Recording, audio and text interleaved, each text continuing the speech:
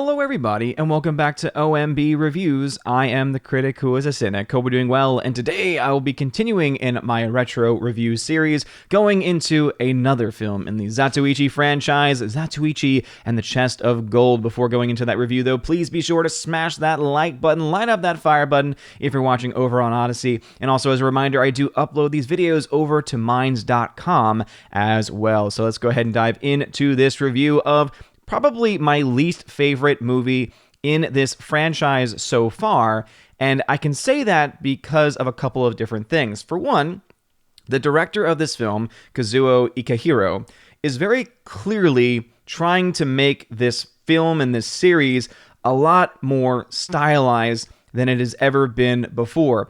Even so much so that in the actual official Wikipedia article for reception, Video Watchdog describes the film as comparatively audacious compared to earlier Zatoichi films, with the director, quote, extending his experimental touch to key montages.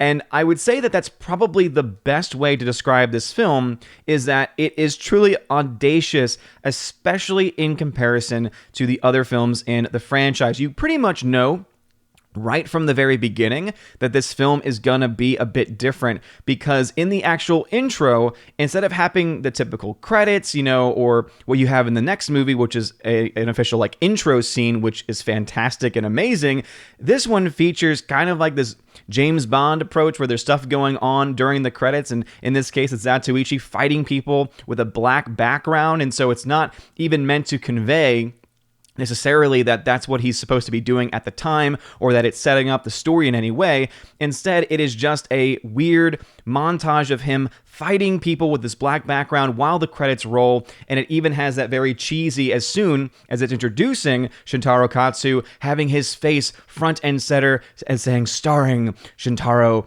Katsu. And again, that's something that has been used countless times. It's something that's very common in a lot of films throughout history, but it is very unique to the Zatoichi franchise, at least up to this point, and it really does set the tone and the theme for the rest of the movie, which, as I said, is my least favorite to date in the Zatoichi franchise, because with the last movie, the very end of it was very abrupt, and I know that someone had mentioned in one of the comments, I think it was Bruce, who said that that was very common for Japanese cinema.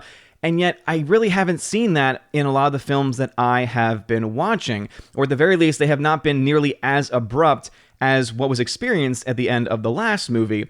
In this movie, though, having to start off with this very, I guess you could say, almost experimental, but at the very least, very artsy-fartsy intro, it definitely made it feel like it was going to be a different kind of movie, and sure enough, we saw in the rest of the movie kind of similar ideas as well. We saw very weird shots and very weird cinematography and all these other things working together, and obviously a lot of that I think has to do with the vision of this specific director for the franchise, who I don't think did a very good job going with this franchise. But as it says in the plot, Ichi travels to the village of Itakuru to pay respects at the grave of a man he killed 2 years earlier.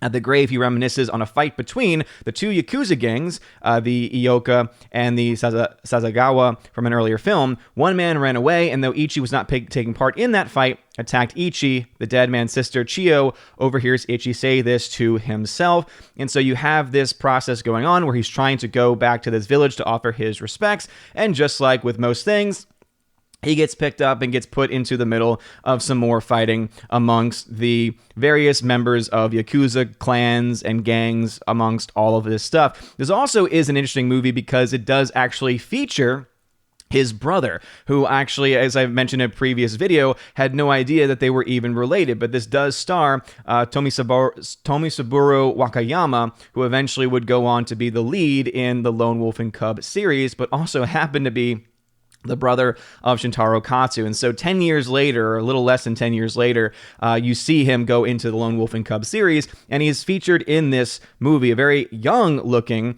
Wakayama at that. And there is, of course, this moment at the very end where they fight. So it's kind of cool to see and know now, in retrospect, that they are brothers. And so that fight takes on kind of a different meaning in the end.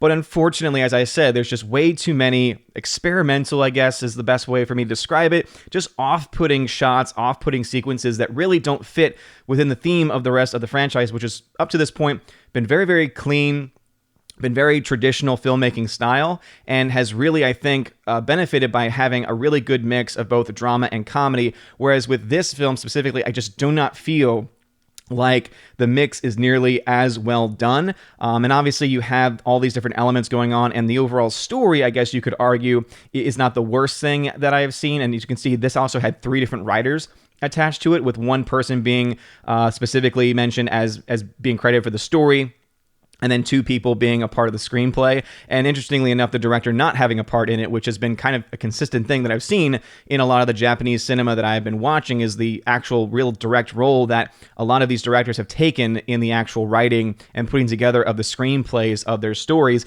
So it just seems to me like the director probably was kind of like the Zack Snyder of his time, where he was just more focused on the style more so than the substance. And I really do think it kind of hurt this specific film in general. Luckily, the next movie in the franchise, which I still need to review, is able to kind of go back and return to form, and is able to move away from this. And it's just like a one-off, it seems, in this series. But it definitely is a bit off-putting. And so if I had to give Zatoichi and the Chest of Gold a grade, I'd probably still give it a B-. You still have a great performance here from Shintaro Katsu, and you still do have some basic story elements that are really cool to the Zatoichi story and the Zatoichi legend. But I just honestly think that the experimental nature of some of the shots, especially that intro, is just so off-putting. It's just so bizarre. And it really has this film standing out like all the rest. I think even Tina, Empress of the Universe, one of my Valkyries and mods on the channel, even she said that from what she can remember was her least favorite of the Zatoichi movies. And hopefully that means that we never go back to this attempt in the future. Probably good to stay away from director Kazuo Ikehiro. Not to say that he's a bad director. I'm just saying that for this franchise, just didn't really suit very well for him. But still a B- because I'm still really enjoying the Zatoichi franchise, and luckily the film after it is much better. But before I end this video, what are your thoughts about Zatoichi and the Chest of Gold? Do you have the similar concerns that I do? Did you like this version of the film? Did you like this film? Did you not like it? Did you like the stylization or not? Let me know in the comment section below. If you like this video, smash that like button, light up that fire button. If you're watching on Odyssey, you're all amazing and beautiful people. Hope you all have a wonderful rest of your day. And as always, God bless.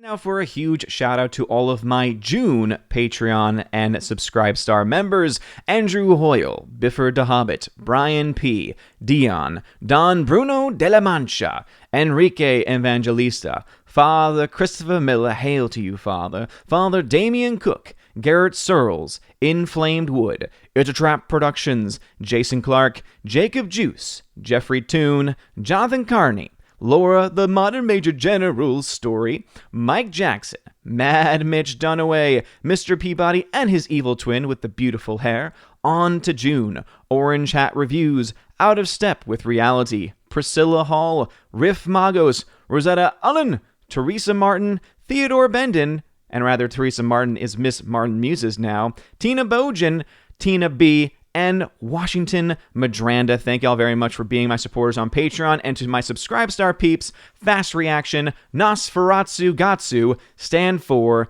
John B., Perpetual Punster, Mr. Roy, Glinzer, J. Alex McCarthy Jr., Dean Heiss / The New Number 2, J. Rod the Beer Guru, Nevanon G. Adams, and ZK Man. Thank you all very much for being my Subscribestar members. And if you want your name shouted out at the end of every video and live stream, please consider joining on Patreon or Subscribestar. You also get access at other tiers to things like a bi-monthly podcast, bi-weekly, twice a month podcast that I do with John the Flick Pick Flickinger, which is a lot of fun. There's also a tier in which you can join me once a month for the Chosen of Valhalla live stream, where you all get to at that level. Join me for discussions, talk about any projects that you might be working on, or just hang out and have a good time. It's a lot of fun. And also, too, for many of those levels, you also get access to a giveaway section on the Discord server where you get access to giveaways of things like 4K movies, digital codes,